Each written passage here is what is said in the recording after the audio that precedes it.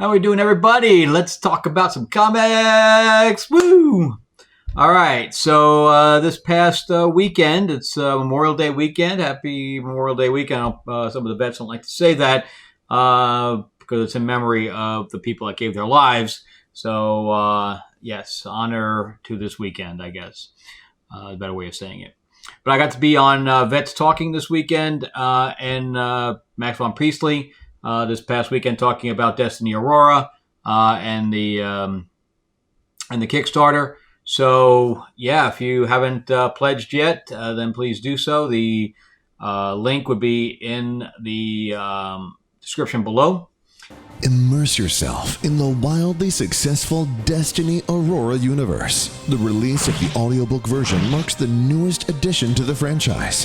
Follow the thrilling adventures of the starship Destiny Aurora and its crew as they hunt for the alien assassin who murdered Jace Carver's wife. Their epic confrontation will change Jace's life forever and keep readers guessing till the end. Go to the link below and listen to the first chapter absolutely free. And let's talk about the comics for the week that I've read. There was 9 of them in perspective. I do have one left, but it was not in any continuity. It's a Wonder Woman from 1987. So I'll do that one for next week. But and there's no really movies out this week, so I'm not going to be doing a movie review, although I am going to be releasing Return of Dark Tower playthrough.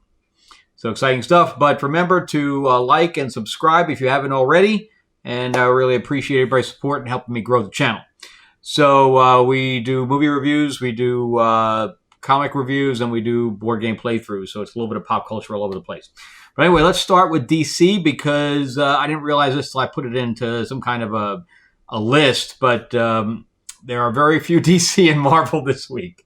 I think that my list for independents continues to grow, and everything else continues to shrink. So we're going to start with Green Arrow. Sorry, I almost said Green Lantern, Green Arrow with Oliver Queen. So this one has to do with less of the family and more with him. And he's in, this is Joshua Williamson, I believe. Yes, Joshua Williamson writing. And it's more about him in this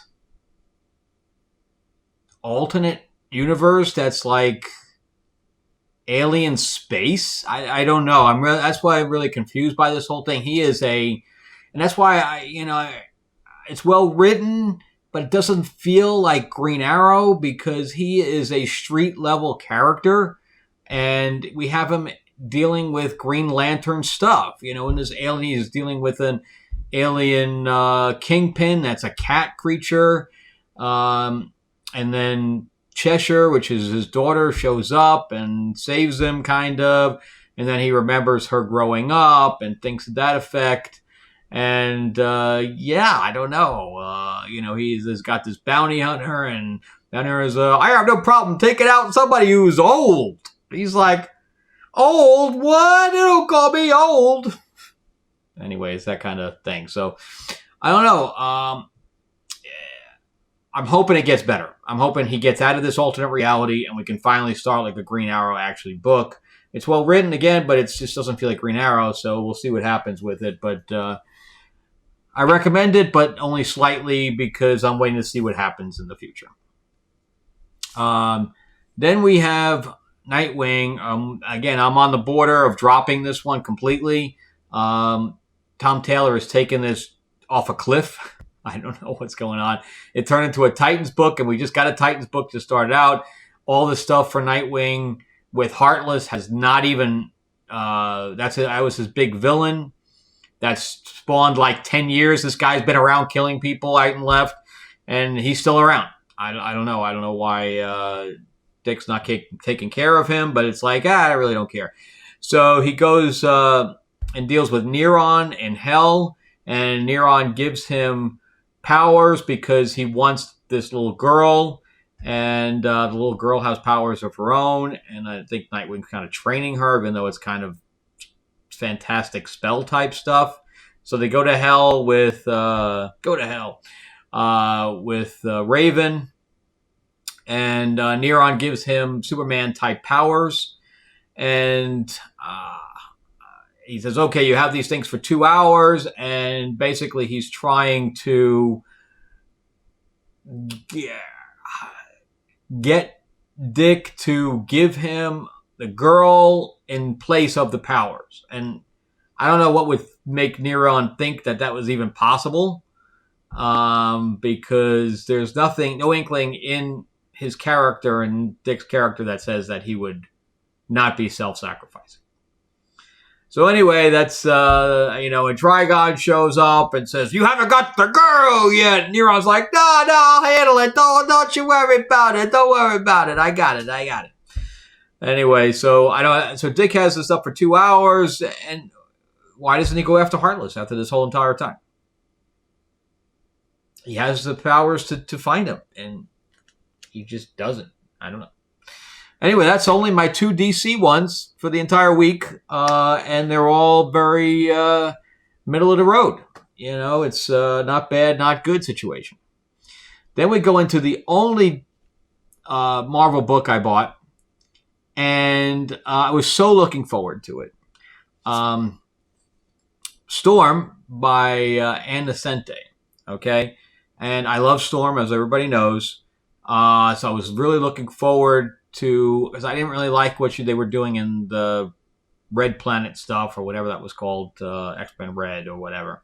So, okay, we were going back in time with this. So this was not a time travel, but we were telling stories from when she was younger. And she doesn't look like this in here. She's doing the Mohawk thing. Why we're going back there, I don't know. But I didn't feel like this was Storm. The artwork is complete dirt as far as I'm concerned. I don't like any of the art in it. And the writing is, they start out with this fight scene with the Brotherhood of Evil Mutants. And then they go into the beach. Of course, why not just go to the beach? And Rogue in this is, just newly imparted to the X-Men because she was originally a villain. And she's constantly bickering with Kitty. And if that was in the original comics, I can't imagine that it was to this degree. Because Storm comes out like just a bitch. She comes out like just a bitch. And Kitty comes off like a brat. And I'm like, what am I reading here? It took me literally 3 reads, only 30 pages. And it took me 3 reads to come back to it because I kept putting it down because I was so annoyed with it.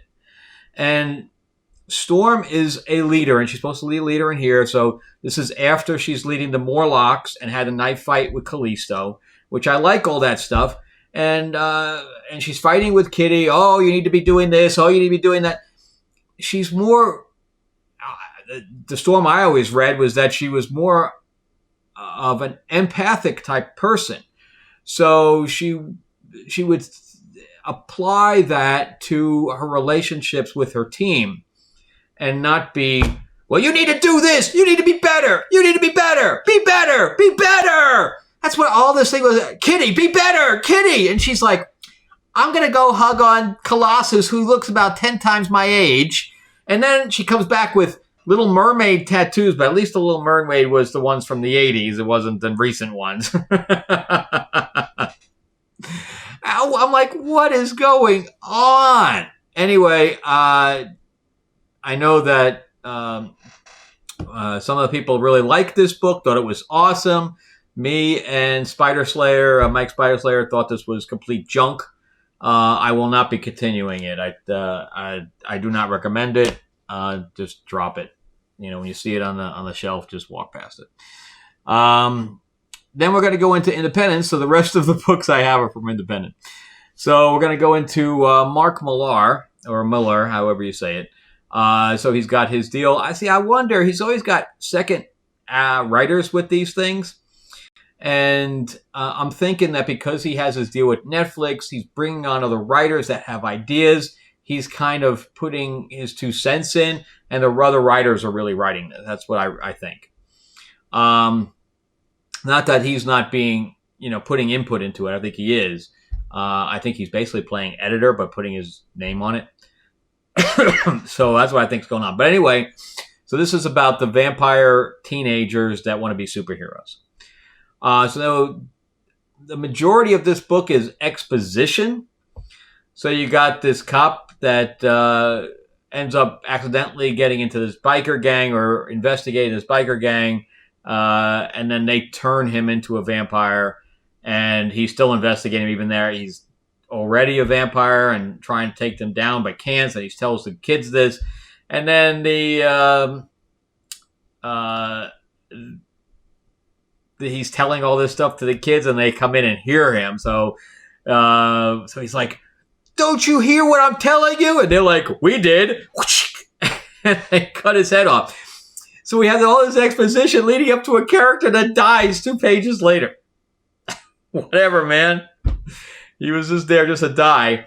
And I kind of understand the storytelling here. You're trying to really get the reader to understand the villains, but you're telling it through a third-party character. I get it.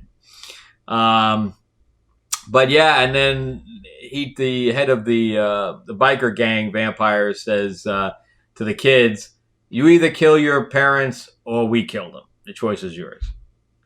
So the stakes are pretty high, but the only thing is that this is number 5. I think what's number 4? Number 5, and there's only 1 issue left.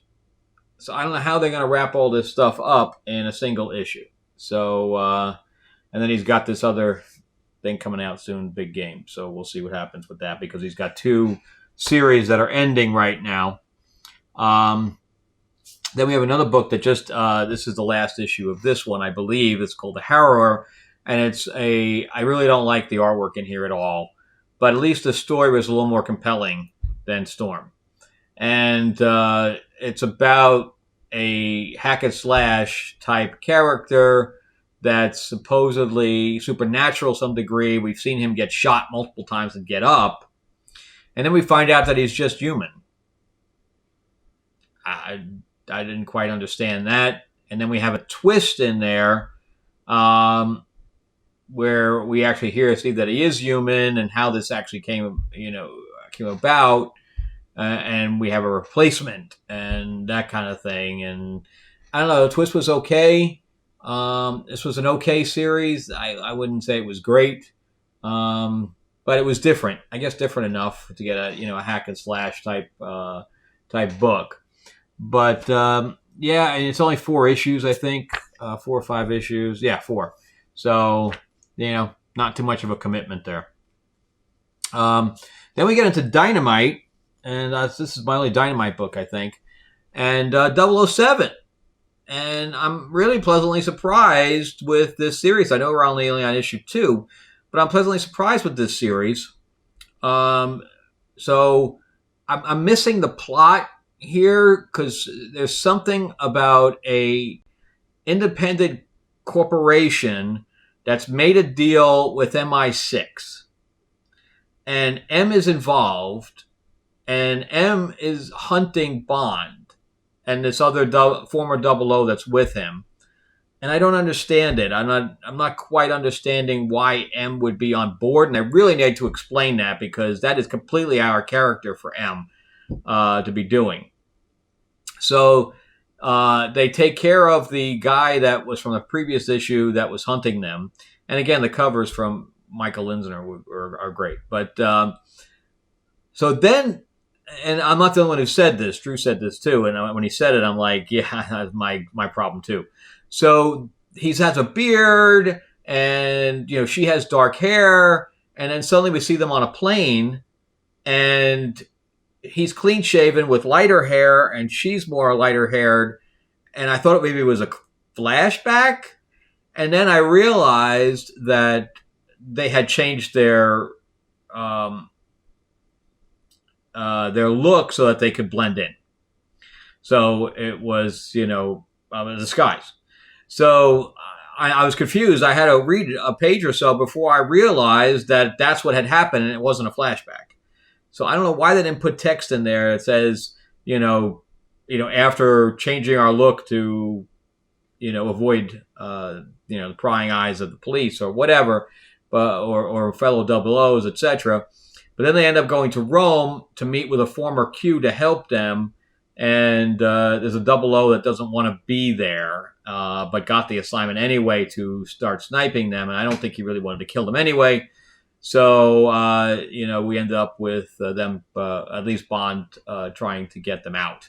So it's been, I think it's pretty good, actually. And I'm pleasantly surprised with this one because I was really worried that they wouldn't do a good job. But it's got the feel. I mean, he's not being the agent type because he's on the run, but I'm happy with it. All right, then we have. This is an older book. Now we get into my older books that are outside of this week, but I picked up and read this week. So this is another Mark Millar book, or Mark Miller, and this is number 3. There's only 4 issues in this thing, but it's volume 4. And we see Cordelia. I think I forgot the character's name, but they're in this other dimension, this hell-type dimension, dark dimension, or whatever, and they find out that the wizard king, or whatever else that they're supposed to fight, they know him, and they don't realize that it's him, so that they're basically getting into this situation where they can't get out of. Meanwhile, we see this guy that's involved or inside a painting with elves. I don't get to see the painting itself. I'm really interested in what this painting looks like. But they're spying on Albany, which is the dominatrix-looking thing, and we see her without her mask and stuff like that. So, yeah, I'm waiting to see how it wraps up in the next issue. But again, I'm kind of confused the whole thing because I didn't read the first 3 volumes. And then we're going to go throw back in time here to Iron Man number 1. So this was from the 60s. And, of course, it's a facsimile. You can tell by the price. So basically, they reprint older books so that you can read them if you've never been able to read them, because obviously an Iron Man number 1 book would be very, very expensive. So anyway, he's got this thing about against AIM. So it's an AIM story, and it's pretty good. And then AIM, since, remember, this is the 60s. So, but they clone his armor. So they scan and clone his armor. Remember, they're using technology in their minds that doesn't exist yet, so it's almost like a 3D print kind of thing. So they scan it and basically 3D print his armor. So he's fighting other people that have his armor and other AIM baddies. And he had built something in it, so it was coded. His armor was coded, so if anybody tried to do that, it would mess it up. So their stuff is all backfiring. It was pretty good. And then on top of that, we had a backup story that shows his origin, and it's very, very close to the first movie. Instead of the Iraqis or whatever, it was the Chinese that was holding him. But yeah, everything else was very, very close to the movie. It's pretty interesting. The next 2 books, and nobody really does this, so I'm going to do it. So I got 2 books in from Kickstarter, and I get stuff in from Kickstarter all the time, but I don't usually review it because there's no frame of reference for anything. So I'm going to do things a little different this time because I'd like to see more reviews of Kickstarter books. So I had the same complaint for both of these books. So this is The Haunting number 5. All right. So it's signed, and it's by Phil Falco, who I've been communicating with. We've swapped, and it's very glossy. We swapped advertising between ourselves because we were running the Kickstarters at the same time. But anyway, nice guy. So I don't want to say anything negative about his work. But I really liked the previous issues because it's about a boy that it's sixth sense. So he can see ghosts and they're attracted to him, right? So whenever he's around, the ghosts come to him. Which I thought was kind of interesting, but again, it's very sixth sense. And my problem with it is that it doesn't have enough story in it. So he's we all we hear we see is this Hope character. So we see pages and pages and pages of her backstory, which I don't know how important that really is to the story. So we go back in time for the majority of this issue, and we have her lesbian affair, and the priest doesn't like it, and the priest kicks her out, and the priest takes her lover away, and all this stuff. But again, how important really is that?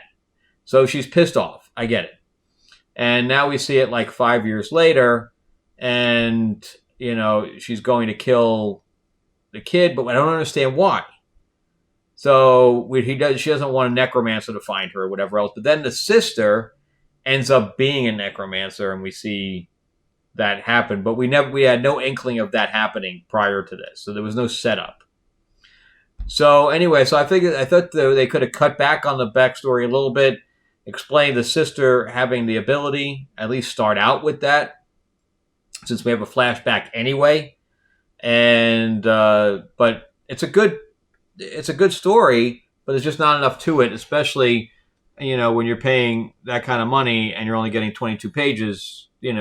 Let's stick some more story in there. And I had the same problem with this one. So this is by Kat, and this is almost supposed to be an origin story, but we see this superhero spy type of character here, right? But we never see her inside. We never see her inside the book. So we start out with this guy, Invincible. We start out with her parents, okay?